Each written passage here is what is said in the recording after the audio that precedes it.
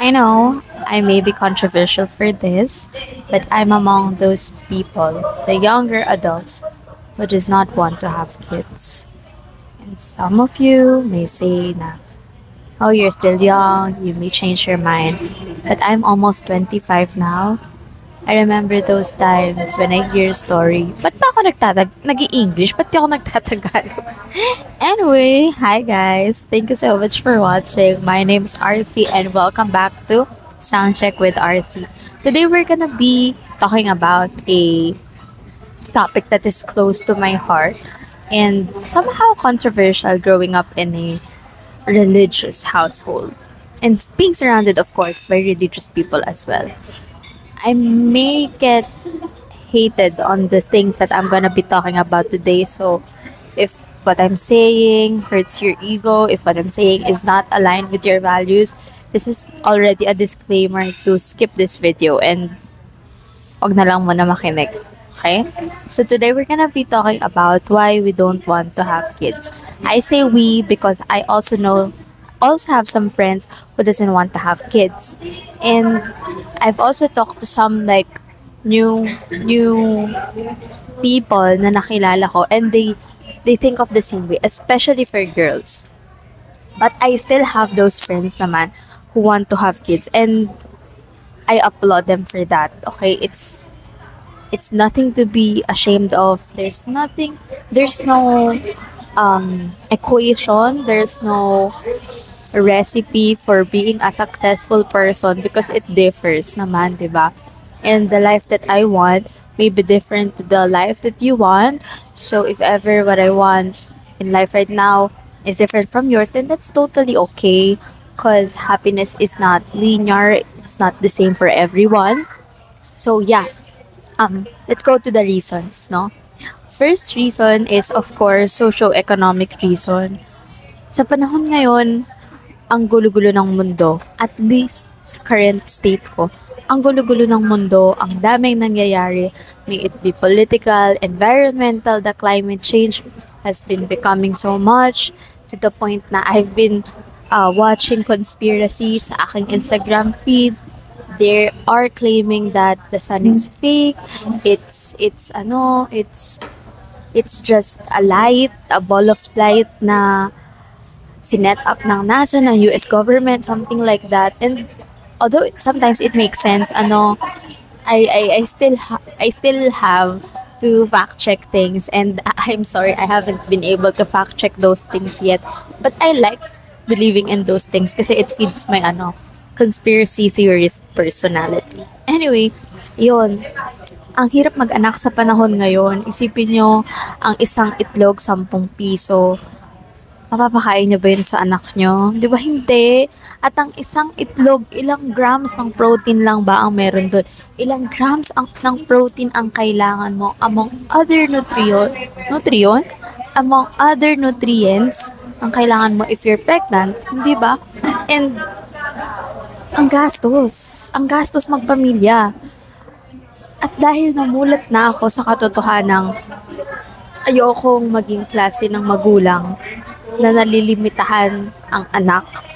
For example, what I mean by that is, gusto ng anak kong mag-aral sa arts school, pero dahil wala akong pambayad sa private school ng arts school, pipilitin ko na lang siya mag-nurse. Pipilitin ko na lang siya other career. Kasi that's what's available. I don't wanna provide just for the sake of providing. If you get what I mean, ayokong may masabi lang na, kumakain naman 3 times a day. Okay, thank you. But what I want to give is more than the 3 meals a day. Are they meeting the nutrients, the nutrition that they are supposed to be getting? Are they hitting their happiness meter every day? Are they getting love? In short, hindi pa ako ready. And I don't think that I'll ever be ready. Imagine magta-25 na ako. Our parents before, marami sa kanila nagpakasal na 20. 19, 18, may mga family na. I mean, wow! How did you guys do that? Sa panahon ngayon, parang hahanap ka lang ng rent. Ang hirap-hirap pa. 2 months deposit, 1 month advance. Tapos, 20,000 na. Yung mga ganun ba? Ang hirap. And of course, ina-acknowledge natin yung fact na iba yung panahon noon sa panahon ngayon.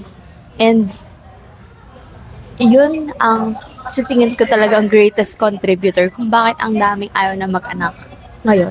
Kasi ang hirap ng buhay ngayon. Ang komplikado ng buhay ngayon. Especially with the rise of, AI, other technological advancement. Minsan pati ako na Gen Z na lumaki kasama ng internet na isang digital native. Minsan na ako, ayoko na. Parang, stop the innovation. Pero hindi naman pwede yun. Only I can stop my own consumption of innovation. Anyway, ayun. Ang mahal. Masyadong mahal. And imagine mo, mag-bring up ka ng child sa ganito kagulong mundo. Parang they don't deserve. Okay. Pangalawa, health reasons. I lost my mother. I lost my biological mother to childbirth. My mother was giving birth to my sister when she died. There was a lot of complications naman. Pero still, yung ilalagay mo yung kabilang paa mo sa hukay when you give birth, I know it's fulfilling. I mean, I know for others it may be fulfilling. And motherhood really is fulfilling. We acknowledge that. I just don't think it's for me. Lalo na nung maranasan kong mag-foster. Hindi nga mag-foster kasi kinip ko yung cats eh. When we rescued neonatal kitten, neonatal meaning nandun pa sila sa critical lifespan nila, hindi nila kayang mag-live on their own. You gotta be their mom. I remember 3rd year college, sila Tami, sila Batchoy, sila Sylvester noon. Talagang bibilhan mo ng gatas, papagatasin mo, like literal, gaganyanan mo ng what do you call that?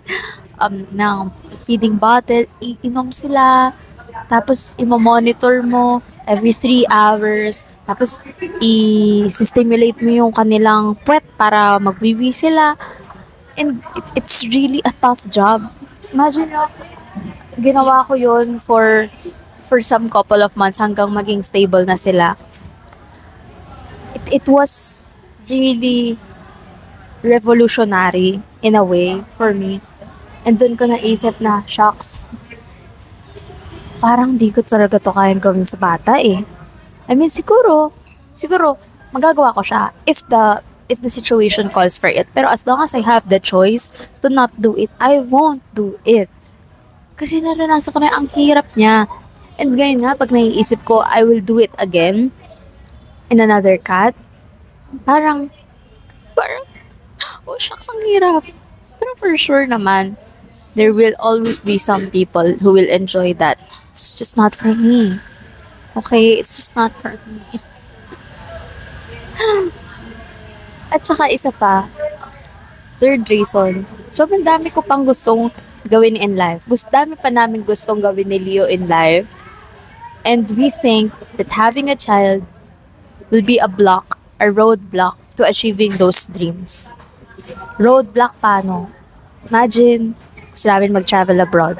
We have a kid. Sasakay kami ng airplanes. And then the kid will cry and cry and cry. Of course, tatanggapin naman ng mga tao ang maingay at umiiyak na child. Of course, they will understand it. But, of course, mahihiya ka rin eh. And ako nga, pag nasa airplane ako, as much as possible, umiiwas ako sa my baby kasi gusto ko magpahinga, gusto ko matulog. Pero, that doesn't mean na I hate those kids na umiiyak ha.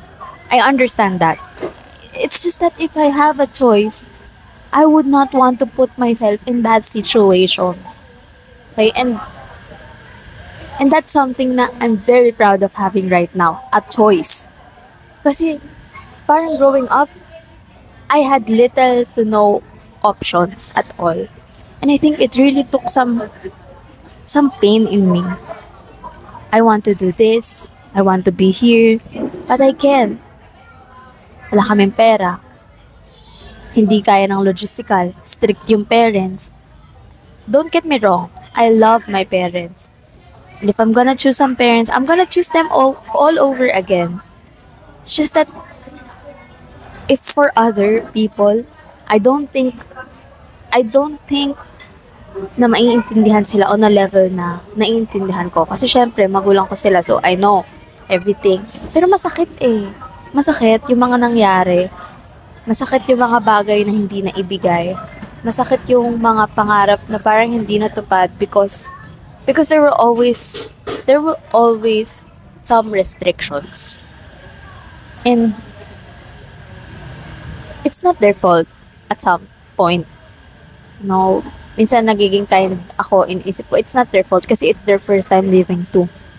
Pero it is. It is their fault. On another side of the coin kasi nag-anak sila eh.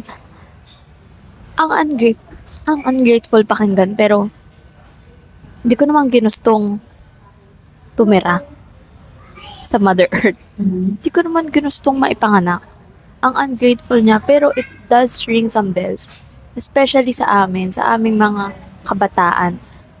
We may get hated on this, pero that's the truth po eh. And I think what parents can do, what the older generation can do, is to acknowledge that fact.